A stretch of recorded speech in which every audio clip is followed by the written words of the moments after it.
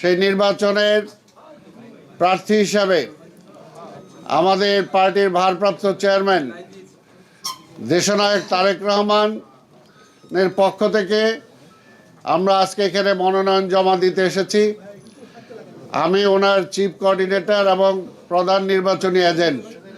আমার সাথে আমার সহকারী কোঅর্ডিনেটর ডক্টর ডোনার আছেন এবং আমাদের মহানগর উত্তর বিএনপির সংগ্রামী আহ্বায়ক আমিনুল হক সাহেব সহ আমাদের 5 জন প্রতিনিধি আমরা এখানে এসেছি ওনার পক্ষ থেকে মনোনয়নপত্র জমা দিতে।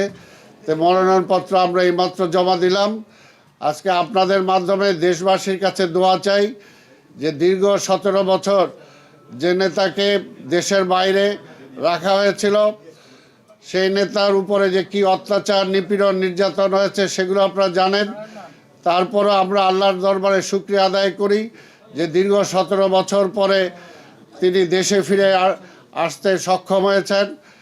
তাই আমরা জনগণের কাছে দোয়া চাই এবং আগামী নির্বাচনে আমরা বিশ্বাস করি যে এই নির্বাচনী এলাকা থেকে বিপুল ভোটে, জনগণের ভোটে তিনি দল মত নির্বিশেষে সকলের ভোটে তিনি নির্বাচিত হয়ে আগামী দিনে বাংলাদেশের প্রধানমন্ত্রী, সরকার প্রধান হিসাবে, প্রধানমন্ত্রী হিসাবে দায়িত্ব পালন করে দেশের আজকে যে ক্রাইসিস, দেশ যে একটা সংকটের মধ্যে পড়ে আছে, এই সংকট থেকে উত্তরণ ঘটনাতে উনি সচেষ্ট হবেন।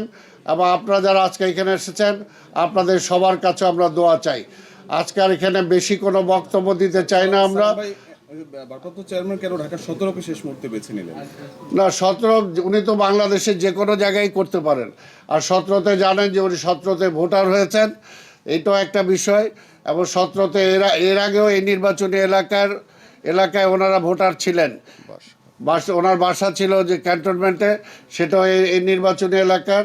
বেগম খালেদা জিয়া উনিও এই এলাকার, কাজে এই এলাকার প্রতি তো একটা আলাদা একটা টান তার আছেই। সেই কারণেই সর্বশেষ শেষ মুহূর্তে সবার অনুরোধে তিনি এখান থেকে প্রার্থী হয়েছেন এবং আমরা বিশ্বাস করি এলাকার জনগণ স্বতঃস্ফূর্তভাবে তাকে ভোট দিয়ে বিপুল ভোটে নির্বাচিত করবেন।